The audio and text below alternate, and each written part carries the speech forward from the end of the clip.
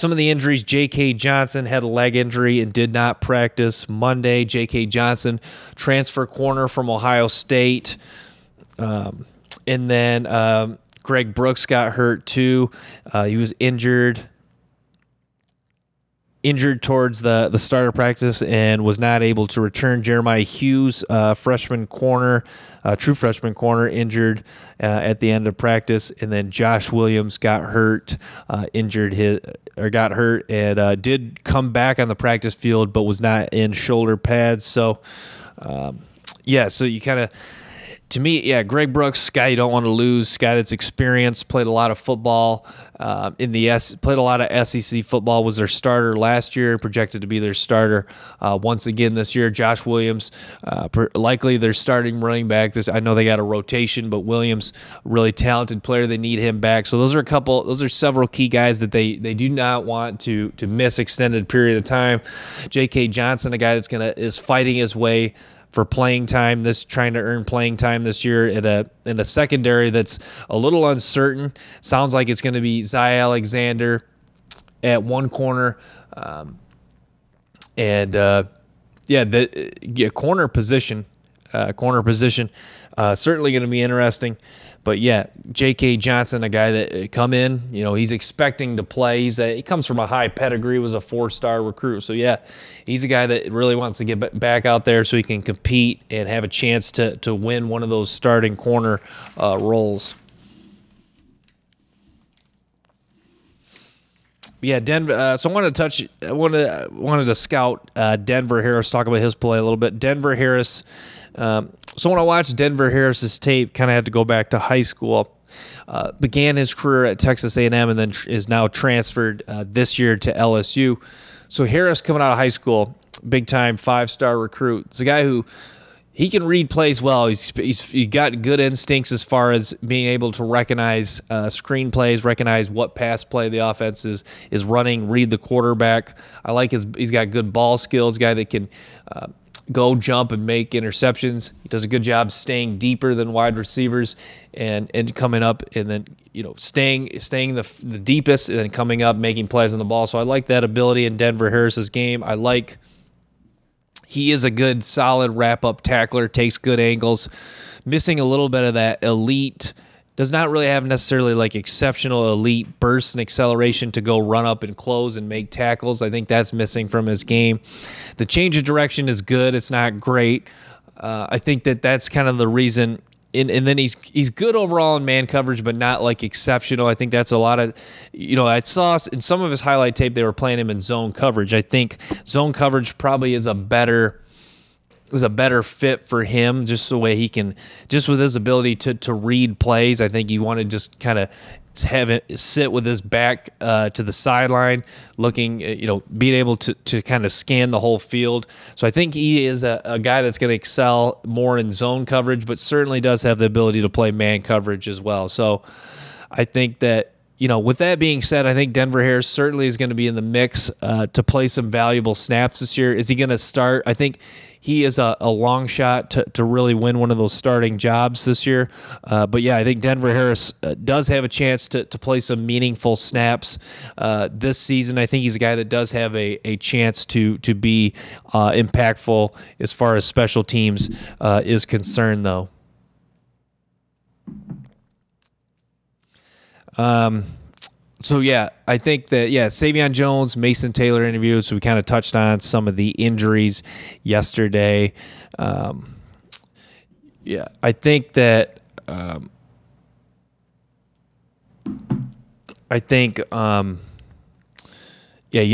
injuries is something, some of the things that are bound and determined to happen. I think, Brian Kelly has touched on depth is so important. You do not want injuries. Brian Kelly, he understands this team, even though they have added a lot of pieces through the transfer portal and they have some talented incoming freshmen. Depth is something.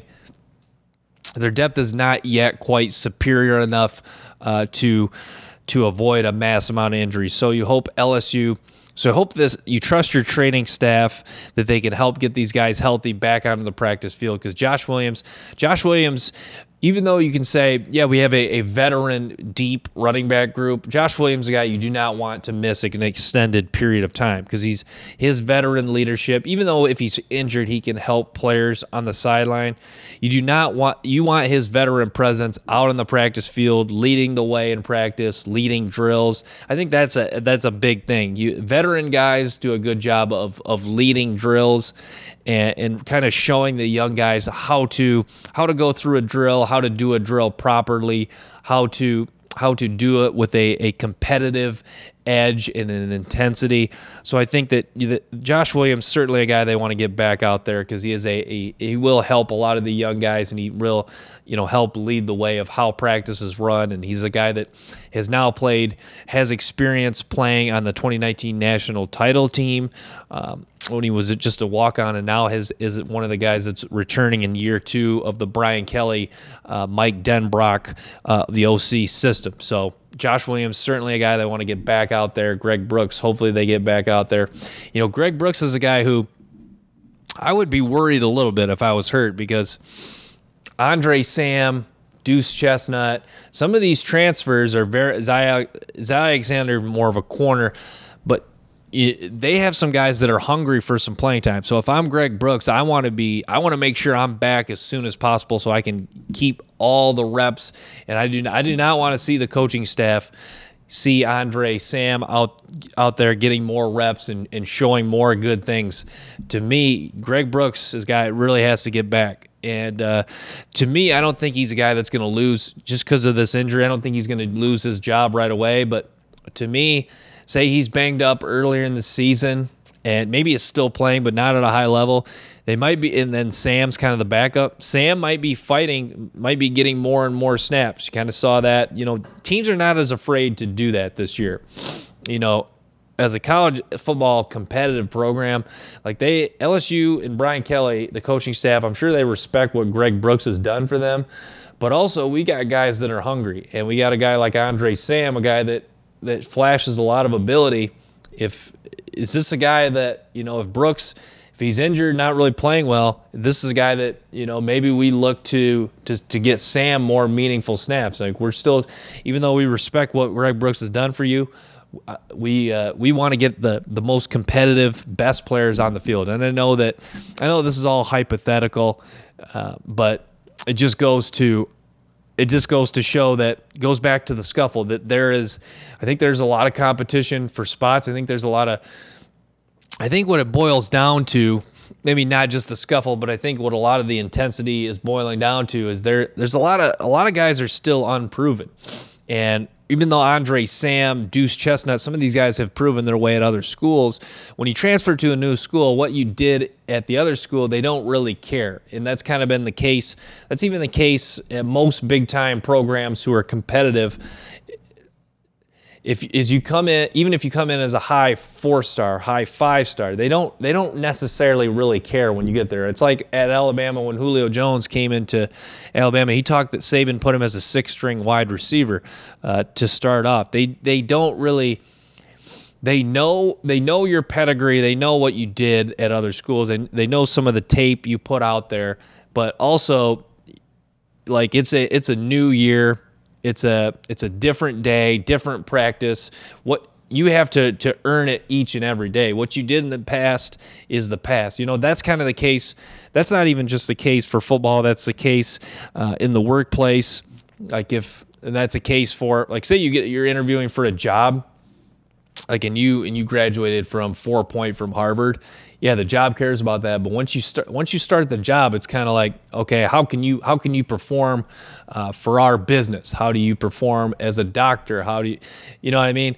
So to me, some of these transfers, they're eager to really show what they can do, because at programs like Alabama, LSU, I think the first, and not just, and also it kind of goes back to first impression is big. So some of these transfers, especially if you're a guy who transfers in, is buried on the depth chart, if you don't make a good first impression within the first few practices in the first week, you might get buried a little bit, and you might have a hard time coming back from that. So a guy like, I keep referencing Andre Sam, but he is a guy who maybe with his skill set, might not make may not stand out a ton in practice. I think he's a guy that seems like a guy that just has a feel for getting out there in the game. But a lot of times how you practice is how you play in the game. So Sam, a guy who I'm sure is desperate to make an early impact and a good impression on the coaching staff. And it appears like, Zai Alexander, I saw, it looked like he was going with the ones in spring practice. Don't quote me on this, but it looked like he was competing with the ones. So Zai Alexander, I'm sure in the spring has already made that good first impression with them. But I keep going back to Andre Sam because Sam, I don't think was enrolled in the spring, and now he's a guy that wants to make his mark.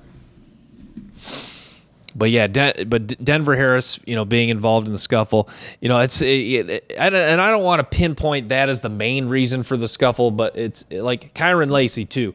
And Kyron Lacey, I know, is not a transfer, but he's a guy who there's a lot of expectations for him to break out. He hears this stuff too. Kyron Lacey, I shouldn't speak for what he would say in an interview, but I'm sure he would say that he's a guy that would say something along the lines of Mason Taylor, day by day, getting better each day, kind of a lot of the stuff that, coaches want players to hear and stay humble. But Kyron Lacey, he's a guy that he knows the buzz, he knows the expectations, he also, I'm sure, knows what he's capable of. So I'm sure that he wants to really make an impression and knows how competitive the wide receiver room is. And with he's got Hilton, Kyle Parker, Preen, Jaylen Brown, some of these talented freshmen hungry to play. So he understands how he needs to perform, how he needs to play to really get on the field and make a big time impact. So he I'm sure. Maybe that was part of it. Who knows? There's a lot of different reasons for a scuffle. I guess I'm not going to speculate too much, but yeah, I think a lot of that has contributed to the competitiveness right now, and just guys eager and intense to make good first impressions and make impressions each day in camp, especially as we get closer and closer to the season starting. But yeah, I think, exciting stuff. Hopefully we get another Brian Kelly press conference. I'm not sure. If you guys want to comment below when Brian Kelly is scheduled to have another press conference, I don't know how they do. I still don't know how they do like the press conference schedules. I'm sure we're going to get some more player interviews. I'd love to hear some of the guys I'd like to hear from. Omar Spates. Omar Spates, I think, is an interesting guy to hear from. It sounds like he more of a quiet guy, kind of leads by example. But yeah, I would be interested to hear what he has to say about some things. Or kind of about the way practice is going, how he feels. He looks confident, calm, going through drills. Harold Perkins too. Harold Perkins, you haven't really see. I don't think he was available to the media at all last year. Maybe after a game or two. But yeah, I'd like to hear how Harold, maybe his side of the scuffle, and hear how things are going in year two for Harold Perkins in a season where there's big expectations for his play, and there's expectations for him to really learn a position and excel in that role. So Harold Perkins, a guy I'd certainly would love to have interviewed. But yeah, kind of run out of time, guys. Thanks for tuning in to this episode of Bayou Bengals. Make sure to stay tuned for more episodes and clips from the show. Till next time, peace.